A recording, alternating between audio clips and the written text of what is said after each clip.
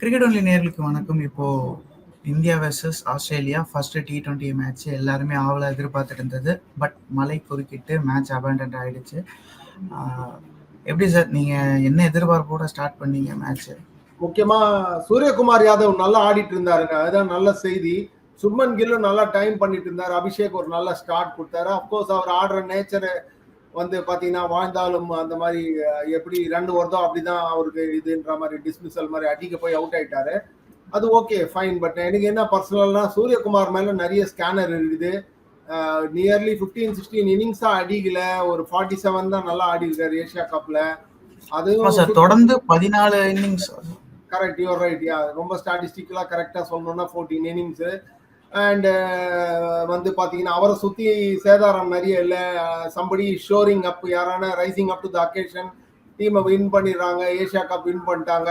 இங்கிலாண்டோட கூட பாத்தீங்கன்னா ஹோம் சீரீஸ்ல நல்லா இல்ல. சவுத் ஆப்பிரிக்கால அவரோட ஸ்லாட்டை வந்து திலக் வர்மா கொடுத்தாரு. அதான் பாத்தீங்கன்னா கௌதம் கம்பீர் கூட சொல்றாரு, குட் லீடர்ஸா இருக்கணும்னா நல்ல ஹியூமன் பீயிங்கா இருக்கணும். Suryakumar Yadav is wonderful human being அப்படின்றாரு. ஸோ நீங்க நல்லா ஞாபகம் இருக்கும், சவுத் ஆப்பிரிக்கா போச்சு சதர்ன் ஹெமிஸ்பியர் சம்மர்ல ஸ்டார்ட் ஆஃப் த இயர்ல அவரோட ஸ்லாட் நம்பர் 3 திலக் வர்மா கொடுத்தாரு. ஓகே, மும்பை இந்தியன் டீம்மேட் எல்லாம் ஃபைன். ஸ்டில் அவரோட நம்பர் 3 ஸ்லாட்டை வந்து அவரோட ஃபேவரட் ஸ்லாட், மும்பைக்கு நிறைய அடிச்சிருக்க, இந்தியா இங்கிலாந்துலாம் போயிட்டு T20 100 அடிச்ச பிளேயரு தன்னோட பர்சனல் ஸ்லாட்டை ஒரு டீம் இன்ட்ரெஸ்ட் ஒரு லெஃப்ட் ஹேண்டர் ஓகே டீம் காம்பினேஷனுக்கு சாதகமா இருக்கும்னு நினைச்சிட்டு சாம்சனும் சர்மாவும் ஆடுறாங்க, அபிஷேக். அதுக்கப்புறம் நம்பர் 3 இவர் வந்திருந்தாரு. ஸ்டில் வந்து திலக்கு கொடுத்தாரு. திலக் அந்த ஆப்பர்ச்சுனிட்டியை கிராப் பண்ணிட்டாரு. அவரு அட்டகாசமா 100 அடிக்க போய், சாம்சன் 100 அடிக்க போய் டாப் ஆர்டர் பத்தியும் வந்து அன்செட்டில் பண்ணக்கூடாதுன்ற பாத்தீங்கன்னா அதுலயே இன்வெஸ்ட் பண்ணிட்டு அந்த தாட் ப்ராசஸ்ல அது ஒரு நல்ல ஒரு பெரிய லீடர்ஷிப் குவாலிட்டி தான். தன்னை கீழே இறக்கி விட்டுட்டு சங்கடமான நிலைமையில தன்னை ஆட வச்சுட்டு பிளேயரை ப்ரமோட் பண்றது நல்ல செய்தி. திலக்கும் ரொம்ப அட்டகாசமா ஆடி அவரோட மேல இன்வெஸ்ட் பண்ண பெய்த்துனாலதான் நம்ம ஒரு மாசம் முன்னாடி ஏசியா கப்ல ப்ரெஷர் கேம்ல ஆடினது பார்த்தோம். ஸோ அந்த இன்வெஸ்ட்மெண்ட் கொடுத்து அந்த என்கரேஜ்மெண்ட் அந்த சக்சஸ் கிடைச்சிருக்குது. பட் என்ன டவுன் சைட்னா இவருக்கு வந்து நிறைய ப்ரெஷர் போட்டுட்டாரு, கொஞ்சம் எக்ஸ்பீரியன்ஸ் பிளேயர்னாலும்.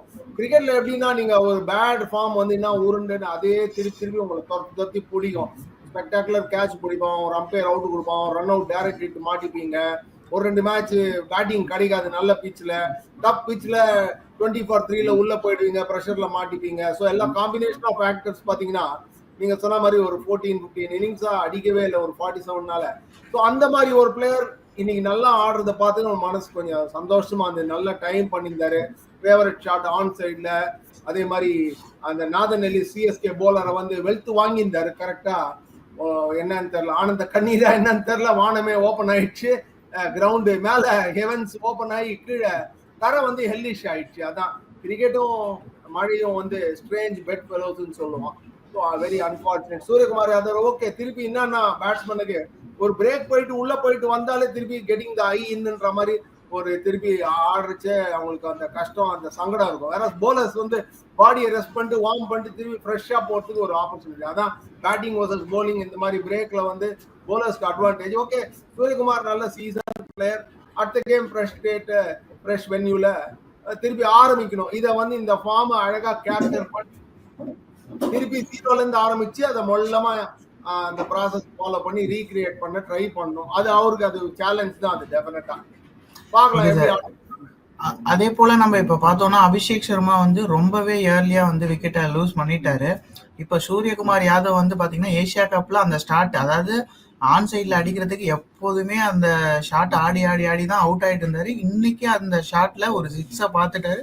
பார்த்ததுக்கு அப்புறம் இதுக்கு முந்தைய ஆட்டங்கள் மாதிரி இல்லாம வேற ஒரு மாதிரியான ஒரு ஆட்டமா இருந்துச்சு.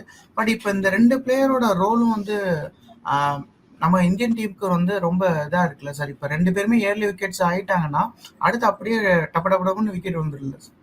இல்ல பட் பாத்தீங்கன்னா அது அந்த ஃபியர்லெஸ்னஸ்ல பாத்தீங்கன்னா நல்ல ஃபார்ம்ல இருக்கச்சு உங்களுக்கு படம். நீங்க பேக் பண்ணணும், நீங்க மைண்டை பாசிட்டிவா வச்சுட்டு நீங்க நெகட்டிவா அவுட் ஆயிடுவோம் அப்படின்னு இருந்தீங்கன்னா உங்களுக்கு காலில் வந்து கான்கிரீட் போட்டு பூசினா மாதிரி பாதம் நவுறாது, அந்த ஃப்ளூவன்சி கிடைக்காது. நீங்க தைரியமா தான் ஆனும், எனர்ஜி கிரியேட் பண்ணும், பந்தை நோக்கி தான் போகணும். அதெல்லாம் தான் அட்ரிபியூட்ஸை வந்து நீங்க டிஸ்பிளே பண்றது பாக்குறீங்க. சுப்மன் கில் டச் ஆர்டிஸ்ட் நிறைய கேள்விக்குறி இருக்கு. அவர் உள்ள வந்ததுனால சஞ்சு சாம்சனை சாக்ரிஃபைஸ் பண்ணிட்டாங்க. அது வேற சப்ஜெக்ட், வேற சமாச்சாரம், வேற ஷோல கூட பேசலாம். பட் மெயினா சுப்மன் கில் டெஸ்ட்ல ஒன் டேல சக்சஸ் என்ஜாய் பண்றதுனால ஒரு நேஷனல் கேப்டன், யங் கேப்டன், அவரை க்ரூம் பண்ணும், நரிஷ் பண்ணும், ஒரு strong signal, week signal, what ever it is, அவரை நீக்கிட்டானா ஒரு மாதிரி ஆயிடுமேன்னு சொல்லிட்டு அவரும் குஜராத்துக்கு நல்லா ஆடுறதுனால ஒரு மாதிரி ஒரு அவரை ஒப்பேத்தி கொண்டு வந்துட்டாங்க. அவரும் வந்து உண்மையா சொல்லணும்னா அவ்வளோ புவர் ஃபிட்னு கிடையாது. ஓகே, சாம்சன் மாதிரி எக்ஸ்ப்ளோசிவ் பிளேயர் இல்ல, அபிஷேக் மாதிரி எக்ஸ்ப்ளோசிவ் பிளேயர் இல்ல, ஸ்கை மாதிரி பிளேயர் இல்ல, திலக் மாதிரி பிளேயர் இல்லைனாலும் T20ல அவருக்குன்னு ஒரு பாணி இருக்கு, ஒரு ஸ்டைல் இருக்கு, ஒரு ஃபினஸ் இருக்கு, ஒரு அந்த வெல்வெட்டி ஹேண்ட்ஸ் எல்லாம் இருக்குது. அதனால ஒரு மாதிரி அகாமடேட் பண்ணிட்டாங்க கில்ல. ஸோ அந்த கான்டெக்ட்ல பாத்தீங்கன்னா கில் வந்து ஒரு ரெண்டு சாலிடா தானே ஆடுறாரு. அவர் வந்து நீங்க நல்ல ஸ்பெஷல் டெலிவரி போடுது அப்படின்னா நிறைய ஹை ரிஸ்க் ஷாட்ஸ் ஆட மாட்டேங்கிறார். நீங்க சொன்ன மாதிரி அபிஷேக் கொஞ்சம் ரிஸ்கி ஷாட்ஸ் அடிக்கிறதுனால தான் அந்த ஃபியர்லெஸ்னஸ் சொல்லிக்கலாம், ரன் வருது, ரிவார்டு இருக்குது.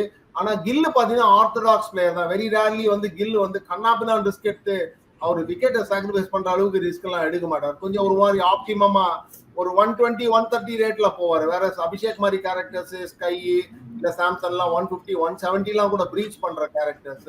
ஓகே, அதுதான் நம்ம ஏற்கனவே பேசின மாதிரி கில் எடுக்கணும், அவருக்கு ஒரு கண்டினியூட்டி கொடுக்கணும்னு நினைச்சு டிசைட் பண்ணதுக்கு அப்புறம் ஒரு பேக்வர்ட் ஸ்டெப் எடுக்கக்கூடாது. இன்னும் ஒரு என்ன ஐ திங்க் ஐ திங்க் என்ன 10 more games at home நினைக்கிறேன் இல்லையா. சவுத் ஆப்பிரிக்காவோட 5 ஹோஸ்ட் பண்ண போறோம், நியூசிலாண்டோட 5, இன்னும் 4, 14 கேம்ஸ் இருக்குங்க. என்ன வேணா ஆகலாம். பிட்வீன் நவ் அண்ட் பிப்ரவரி யாருமே அழுத்தம் திருத்தமா நான் அந்த T20 வேர்ல்ட் கப் ஸ்குவாட்ல இருப்பேன்னு எவனும் சொல்ல முடியாது. மேபி பும்ரா சொல்லலாம், மேபி 1 or 2 bowlers வரும்னு சொல்லாம இருக்கலாம், தவிர யாருமே அப்படி அழுத்தம் திருத்தமா சொல்ல முடியாது. So it's a huge tournament. நம்ம ஹோஸ்ட் வேற பண்றோம், ஹோம் கண்டிஷன்ஸ். ஓகே, பயங்கர மேசிவா சாப்பிங் சேஞ்சிங் இல்லைனாலும் டெஃபினட்டா 14 innings is enough sample size ஒரு பிளேயர் எப்படி டாட்டா குவாலிட்டியா இருக்காரா இல்ல. ஸோ இன்னும் நிறைய கிரிக்கெட் ஆடணுங்க இந்தியா. ஓகே சார், இப்போ எல்லா இடத்துலயுமே எல்லாருமே கேட்குற ஒரு கேள்வியா இப்போ இது மாறிடுச்சு. டாஸ் வந்து இப்போ இவ்வளவு ரொம்ப முக்கியமா? ஏன்னா இந்தியா வந்து தொடர்ந்து அந்த டாஸை தோத்துட்டே இருக்கிறது வந்து இப்போ ரொம்ப பெரிய ஒரு கேள்வியாவே எல்லா பக்கமும் எழுப்பப்பட்டு இருக்கு. அந்த மான்சூன் அது இது இந்த மாதிரி சமயத்துல ஹியூமிடிட்டி அது இது இருக்க சம்மர்ல எல்லாம் பாத்தீங்கன்னா ஒரு மாதிரி சாயந்தரம் ஆனா ஒரு மாதிரி அந்த மாய்ஸ்சர் இருக்கும், ஈரப்பந்துல போடணும், அது ஒரு சேலஞ்ச். நீங்க ஆஸ்திரேலியன் பவுலர்ஸ் பாத்தீங்கன்னா அது சஃபர் பண்ணிருந்தாங்க. ரவி சாஸ்திரி கூட சொல்லிட்டு இருந்தாரு, ஃபுல்லா போடுறது கஷ்டமா இருக்கும். உங்களுக்கு சீம் வந்து அந்த தையல் இருக்கு இல்லையா, அது கையில ஃபீல் பண்ணும், விரல்ல 2 ஃபிங்கர்ஸ்ல தம்புல அது ஃபீல் பண்ணீங்கன்னா தான் இல்ல பெட்டர் ஃபீல், நல்ல ஒரு ரிதம் கிடைக்கிறதுக்கு ஒரு ஆப்பர்ச்சுனிட்டி. பந்து வந்து எப்ப பார்த்தாலும் ஒரு சோப் மாதிரி வழுகி நிறுத்தி வச்சுக்கோங்களேன், போதாத்துக்கு அதை பிடிக்கிறதுக்கே கஷ்டம். நீங்க அக்ராஸ் சீம் பிடிப்பீங்க, இழுத்து போடுவீங்க, பந்து நீங்க இந்த மாதிரி கிரீஸ் ஆயிடும். பிச்சில் ஈரம் பட்டு என்ன ஆகும்னா பந்து ஜோரா ஃபாஸ்டா வர ஆரம்பிச்சிடும். உங்களுக்கு அந்த மாதிரி அந்த டேர்னு இந்த சட்டில்டிஸ் எல்லாம் வேலைக்கு ஆகாது. பந்தை சொருகுவீங்க டாட்ஸ் போர்ட்ல. ஸோ பந்து ஜோரா ஃபாஸ்டா வரும். உங்களுக்கு அந்த ஸ்லோனஸ், சேஞ்ச் ஆஃப் பேஸ், அதெல்லாம் அந்த திருக்கி விடுறது, அதெல்லாம் வந்து அந்த ட்ரிக்ஸ், அந்த சட்டில்டிஸ் எல்லாம் லூஸ் பண்ணுவீங்க அந்த போலர். ஸோ அந்த சேலஞ்சஸ் எல்லாம் இருக்கும் நீங்க செகண்ட் போலிங் போட்டீங்கன்னா. ஸோ டாஸ் ஓகே டெஃபினட்டா ஒரு இம்பார்ட்டன்ட் ஃபேக்டர் தான். அது நம்ம கண்ட்ரோல்ல இல்லை. காத்துல போகுது காயின், 2 பக்கம் ஓயலாம், எது வேணா ஓயலாம், 50-50. நீங்க நம்ம இப்படிதான் கிரிக்கெட்டர்ஸ் எல்லாம் ட்ரெயின் பண்ணி மைண்ட் சின்ன வயசுல இருந்தே எப்படி இருக்கும்னா that's beyond anybody's control. Like the weather. உங்க ப்ரிப்பரேஷன் நல்லா இருக்கணும். முக்கியமான விஷயம், நீங்க என்ன ஸ்கில் செட் ஃபர்ஸ்ட் டிஸ்பிளே பண்றீங்களோ அது நல்லா பண்ணணும். நீங்க டாஸை வின் பண்ணிட்டு போலிங் போட்டு என்ன கேரண்டி இருக்கு நீங்க ஃபர்ஸ்ட் ஹவர்ல டெஸ்ட் மேட்ச்ல 5 விக்கெட் எடுக்க போறீங்கன்னு? நல்லா போடல, தண்ணி பாய்ச்சுற மாதிரி அங்கேயும் இங்கேயும் பந்த போட்டீங்கன்னா எங்க உங்களுக்கு 5 விக்கெட் விடும்.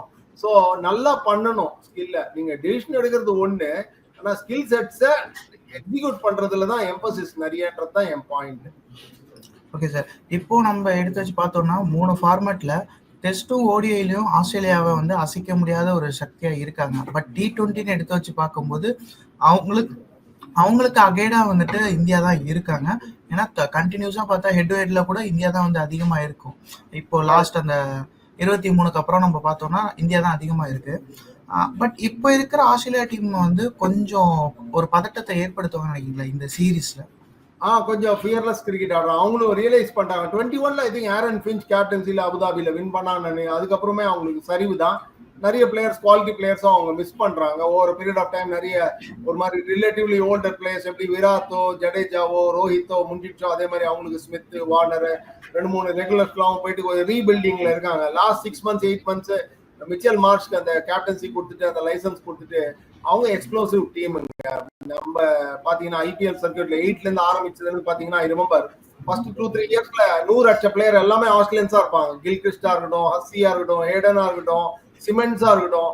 ஆஸ்திரேலியன்ஸ் எப்பவுமே T20க்கு டக்குன்னு அடாப்ட் ஆயிடுவான். ஒன்லி திங் அவன் ஆஷஸ் வருது, அந்த ட்ரெடிஷனல் ஃபார்முக்கு இன்னும் கிரவுண்ட்லாம் ரொம்ப வருது, இன்னும் அதை நல்லா கேம் நல்லா மார்க்கெட் பண்ணதுனால அவங்களுக்கு எப்பவுமே டெஸ்ட் மேட்சுக்கு ஒரு இம்பார்ட்டன்ஸ் கொடுப்பான் தவிர T20க்கு அந்த அளவுக்கு அவன் ஒத்துக்கல. அதனாலதான் பாத்தீங்கன்னா அதனால கொஞ்சம் ஸ்லோவா எம்ப்ரேஸ் பண்ண அந்த கேபினட்டும் இருக்குது. அவன் நான் சொன்ன மாதிரி ஏற்கனவே அபுதாபியில வின் பண்ணிருக்கான். இப்போ இந்த வாட்டி அடிக்கடி ஓவர் பீரியட் ஆஃப் டைம் நாதன் எல்லிஸா இருக்கட்டும், ஷார்ட்டா இருக்கட்டும், எவ்வளவு பிளேயர்ஸ் நம்ம சொல்லினே போலாம், மிச்சல் மார்ச்ல இருந்து எவ்வளவு பிளேயர்ஸ் இந்தியாவில வந்து ஆடி பழகி சப்கான்டினென்ட் சர்ஃபேஸ்க்கும் அந்த வெதருக்கும் எல்லாம் வந்து ஹாப்பி டூரிஸ்ட் மாதிரி they love to come back to இந்தியான்ற மாதிரி ஆஸ் அ கண்ட்ரியே அவங்களுக்கு பிடிக்க ஆரம்பிச்சிச்சு அந்த culture. So they don't feel alienated, ஒரு மாதிரி ஏலியன் மாதிரி ஃபீலிங் இல்லாம கிரிக்கெட் ஃபீல்டு சரி ஆஃப் த ஃபீல்டு சரி இந்தியன் கல்ச்சரை எம்ப்ரேஸ் பண்றதுனால தான் ஆஸ்திரேலியன்ஸ் நல்லா எக்ஸல் பண்றாங்க. ஸோ ஆஸ்திரேலியன்ஸை அவன் எந்த காம்படிஷனுமே கிரிக்கெட் விடுங்க, எனி ஸ்போர்ட்டிங் எண்டவர்ல எவனா ஆஸ்திரேலியாவை டிஸ்கவுண்ட் பண்ணா அவங்க கூட நிறைய நேரம் நீங்க டைம் செலவு பண்ணாதீங்க, அவனுக்கு நிறைய விஷயம் தெரியாதுன்னு தான் அர்த்தம். ஆஸ்திரேலியன்ஸை எவனுமே டிஸ்கவுண்ட் பண்ண மாட்டாங்க எந்த ஸ்போர்ட்டிங் கான்டெஸ்ட்மே. T20ன்னு விடுங்க, ஜென்ரலாவே சொல்றேன். ஏன்னா அவன் ஸ்போர்ட்டிங் நேஷனு, அந்த ஃபேப்ரிக் அவன் டிஎன்ஏல அந்த ஸ்போர்ட்டிங் கல்ச்சர் பயங்கரமா சீப்பின் ஆயிருது. ஸோ அதுதான் அவங்களுக்கு அது ஸ்ட்ரென்த்தே, அவங்களுக்கு அவுட்டோர் பீப்புள் அவங்க. அதனால தான் அது ஸ்ட்ரென்த், அந்த அத்லெட்டிசம், அந்த ஃபீல்டிங் ஸ்டாண்டர்ட்ஸ் வச்சே நீங்க சொல்லிடலாம் எப்படி அவன் கிரிக்கெட் எப்படி ரசிச்சு என்ஜாய் பண்ணி ஆடுறான்னு. ஒரு வீக் ஆஸ்திரேலியன் ஃபீல்டர் யாரான்னு நீங்க சொல்ல முடியுமா? சொல்லவே முடியாது. வேற இங்கிலாந்துலயோ இந்தியாலயோ நிறைய பேர் சொல்லலாம். நீங்க சொல்ல முடியாது. அவன் கம்பேக் நீங்க பாத்தீங்க உமன்ஸ் கிரிக்கெட் கான்டெக்ட்ல அழகா சொன்னீங்க. இப்ப கூட ஒரு பயங்கர ஸ்ட்ரைக் ஒரு மேட்ச்ல ஃபார் 5 or 6 திடீர்னு பூந்து ஒரு lady she got 100 or something. அப்புறம் அலிசா ஹீலி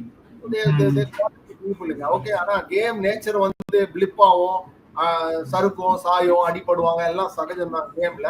பட் அந்த போட்டியில வந்து கம்ப்ளீட் பண்ணாம விட மாட்டான், அதான் எசன்ஸ் ஆகுது. ஸோ அவனை நீங்க பண்ணவே முடியாது. ஓகே, இன்னைய மேட்ச் வந்து நமக்கு பாதியிலே அபண்டன்ட் ஆயிடுச்சு. பட் இந்த 11ஸா பார்க்கும்போது உங்களுடைய மார்க் என்னவா இருக்கும் சார்? இப்போ எப்படி அதை ரேட் பண்ணீங்க? ஸ்டார்ட் தாங்க இந்தியா நல்லா ஸ்டார்ட். ஏன்னா பர்టిక్యులர்லி ஸ்கை எல்லாம் ஸ்பின்னரோட போறதுக்கு பாத்தீங்க. அவன் 3 ஸ்பின்னர் ஆனாங்க, அவங்கள ஃபர்ஸ்ட் டெஸ்ட் பண்ண முடியல. இந்த கண்டிஷன்ஸ் கோல்டு கண்டிஷன். சாம்சன் கூட சொன்னாரு கேரளா கொளுத்துற வெயில்ல இருந்து நான் இங்க வந்ததுக்கு எனக்கு வேற மாதிரி இருந்தது வெதரு. அதை அடாப்ட் பண்றது ஃபர்ஸ்ட் 2-3 மேட்சஸ் ஆகும் டெஃபினட்டா. போனதுக்கு இந்த மாதிரி பிளேயர்ஸ் எல்லாம் நீங்க பாத்தீங்கன்னா ஒன் டேல வேற ஆடல. ஸோ நீங்க ஒன் டேல ஸ்கை எல்லாம் ஆடல. ஸோ கில் ஆடினாரு, சர்மாவும் ஆடல. ஸோ அந்த கான்டெக்ட்ல நீங்க பார்க்கணும். ஸோ வந்த உடனே you have to hit the ground ரன்னிங்னு அவங்களுக்கு ஜெஸ்டேஷன் டைமே கிடையாது. ஸோ அந்த கான்டெக்ட்ல பாத்தீங்கன்னா ஸ்கையோட அந்த கேமியோ கில் ஓகே 3 ஃபெயிலியர்ஸ்க்கு அப்புறம் வராரு ஓடிஐல, சீரீஸ் அடிப்பட்டாங்க. சர்மா அடிச்சார், ரோஹித் அடிச்சாரு, விராட் அடிச்சாரு, ஐயர் கூட ஒரு 50 அடிச்சாரு. தவிர கில் 3 ஃபெயிலியர் தான் அவர் டால் ஸ்டாண்டர்ட்ஸ்ல. ஸோ அவரு கொஞ்சம் அந்த துரு பிடிச்சிருக்குது, கொஞ்சம் அவர் is also climbing back, Aadi our invest பண்ணிட்டு ஆடிட்டு இருக்காரு. ஸோ எல்லாமே பாசிட்டிவ் சிக்னல் தாங்க டெஃபினட்டா. So much of positive to take out. ஏன்னா நான் பர்டிகுலர் சொன்ன மாதிரி வெதர் வேற மாதிரி, வெதர் பவுன்ஸ் வேற மாதிரி கண்டிஷன்ஸ். இந்தியால இருந்து பிளேயர்ஸ் நிறைய பேர் one day T20 specialist Varun நீங்க எப்படி போட்டு பார்ப்பேன். ஏன்னா சாம்பியன்ஸ்ல 5 or 6 எல்லாம் எடுத்த வருண் இப்போ ஒன் டே ஸ்குவாட்ல என்ன பெரிய ஆஸ்திரேலியன் கிரவுண்ட்ஸ்ல 50 ஓவர்ஸ் டீம்ல அவர் எடுக்கல. அவர் ஃபிட்னஸ் கொஞ்சம் ஸ்ட்ரகிள் பண்ணுவோம், அந்த மேனேஜ்மெண்ட் எடுக்கல. T20 regular okay. இந்த மாதிரி ஈவினிங் பந்து வழுக்கிற பந்துல எப்படி அந்த பந்த சீமை பிடிச்சி போடுறது பும்ராக்கு, ஏன்னா அவரும் ஒன் டேல ரெஸ்ட் பண்ணிருக்காங்க. ஓகே, இதெல்லாம் நம்ம பார்த்துதான் நல்லா இருந்ததும் ஒரு பிகர் சாம்பிள் கிடைச்சிருக்கும். எல்லா பிளேயர்ஸும் எல்லா டிபார்ட்மெண்ட்லயும் எப்படி ஆடினாங்க, எக்ஸல் பண்ணாங்களா இல்ல ஸ்ட்ரகிள் பண்ணாமலும் ஒரு கான்டெக்ட்ல நமக்கு ஒரு ஆப்பர்ச்சுனிட்டி கிடைச்சிருக்கும். அது இல்லாம போயிடுச்சு. ஓகே, ஆனா 4 more games to go. It's a big country. I think 4 more games to go. அது நல்ல it will be hotly contested series தான் நினைக்கிறேன். இப்போ நாளானைக்கு மெல்போர்ன்ல வந்து ஒரு மேட்ச் இருக்கு நமக்கு. இப்போ மெல்போர்ன்ல வந்து எந்த மாதிரியான ஒரு பிச்சா இருக்கும், எப்படி நமக்கு மெல்போர்ன்லயும் பாத்தீங்கன்னா இந்த டிராப் இன் பிச்சஸ் தான் சொல்றாங்க.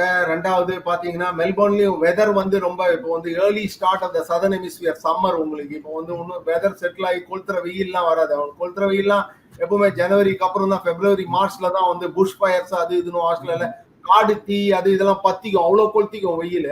இப்பெல்லாம் இப்பதான் சம்மர் ஆரம்பிச்சிருக்கிறதுனால அவனுக்கு வந்து அந்த அளவுக்கு ஒரு மாதிரி வெதர் வந்து ஃப்ரீசிங்கா இங்கிலாந்து மாதிரி இல்லைனாலும் இந்தியன்ஸ்க்கு ஒரு சேலஞ்ச் தான். பட் என்ன முக்கியமான விஷயம்னா கேன்பராவே பெரிய கிரவுண்ட், ஆஸ்திரேலியா ஃபுல்லாவே பெரிய கிரவுண்ட் தான் நிறைய இருக்கு. It's big country. இந்தியாவோட கம்பேர் பண்ண 3 மடங்கு பெருசு, கிரவுண்ட்ஸும் பெருசு. முக்கியமான விஷயம் T20 கேம்லயே நீங்க 2-3 ஓடி எடுக்கிறதுலாம் ஆஸ்திரேலியா தான் பாருங்க. இந்தியா 1 or 4 தான் இருக்கும் பேட்ஸ்மேனுக்கு. முக்கியமான விஷயம் பேட்ஸ்மேன் வந்து உங்களுக்கு பாத்தீங்கன்னா உள்ள ரோல்ஸ் ராய்ஸ் இன்ஜின் இருக்கிற மாதிரி ஓடணும், டயர்ட் ஆகக்கூடாது, ஓடி எடுக்கணும்ன்ற மாதிரி இருக்கும். அதே மாதிரி போலர் ஸ்பின்னருக்கு வருணுக்கோ அக்சருக்கோ யார் போடுறாங்களோ குல்தீப்கோ நல்ல நீங்க ஒரு ஹார்ட் பால் ஃபிளைட் பண்ணி தைரியமா அடி இன்வைட் பண்ணி டெம்ப் பண்ணலாம். ஏன்னா அவங்க கிளியர் பண்றது ஈஸி கிடையாது ஆஸ்திரேலியால. அதுதான் ஒரு பெரிய சேலஞ்சு. போல்ரா இருந்தீங்கன்னா அது ஒரு பிளெஸிங். தைரியமா ஒரு பிக் ஆர்ட் கொடுக்கும். யாருமே அடிச்சு கீழ்ச்சிட முடியாது. போஸ்டேஜ் ஸ்டாம்ப் அந்த மாதிரி சைஸ் கிரவுண்ட் ஆஸ்திரேலியால கிடையவே கிடையாது. அது ஒரு பெரிய அட்வான்டேஜ். டிபெண்ட்ஸ் நீங்க பேட்ஸ்மனா போலரான்றது. போலர்னா உங்களுக்கு நிறைய மனசு கிடைக்கும், தைரியம் கொடுக்கும், நிறைய நீங்க தைரியமா எக்ஸ்பெரிமெண்ட் பண்ணலாம், ஃபிளைட் பண்ணலாம், எல்லாம் பண்ணலாம்.